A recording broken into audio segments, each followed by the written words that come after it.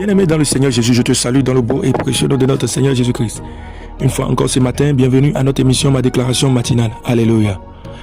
La Bible déclare dans le livre de 1 Pierre 4, le verset 7, « La fin de toutes choses est proche, soyez donc sages et sobres pour vaquer à la prière. » Sage et sobre, bien-aimé.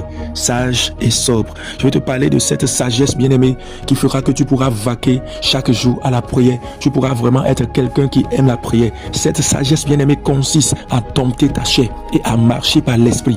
La prière est spirituelle. La prière, c'est une œuvre spirituelle. La prière, bien-aimée, n'est pas charnelle. C'est pourquoi tu peux beau avoir envie de prier. Tu verras que lorsque le moment arrive pour prier, tu vas sentir des lourdeurs. Tu peux être pasteur, tu peux être apôtre, tu peux être prophète. Tout ce que je dis te concerne également. Tu as déjà vécu ça plusieurs fois. Lorsque tu as cette envie de prier, tu vois qu'il y a vraiment des forces qui t'empêchent. Il y a comme une lourdeur qui te prend. Bien-aimé dans le Seigneur, la sagesse consiste à ce que tu aies de la discipline, que tu aies un programme de prière bien établi, que tu peux même, bien aimé, coller dans ta chambre, coller dans ton, je sais pas, dans ton bureau aussi, si c'est ton entreprise à toi personnellement, mais mettre cela quelque part qui pourra te challenger, qui pourra faire que tu puisses imposer à ta chair la rigueur de prier. La Bible dit la fin de toute chose est proche.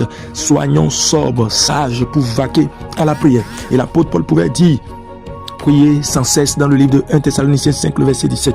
Je viens ce matin, bien-aimé, te demander de mettre une discipline dans ta vie de prière.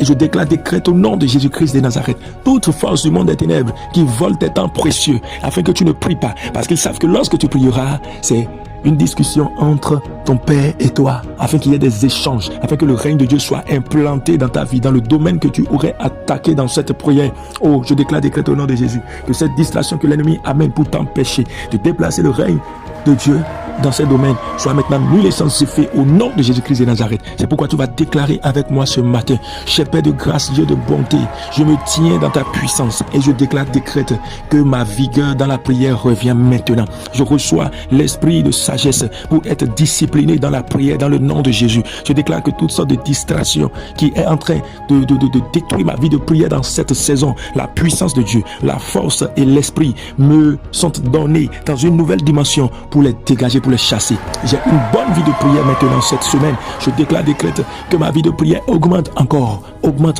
J'ai la faveur entre dans mon âme, la faveur entre dans mon esprit, dans le nom suprême de Jésus, pour vaquer pleinement à la prière, dans le nom de Jésus-Christ de Nazareth. Amen. Shalom bien-aimé, la paix de Dieu est avec nous. Amen.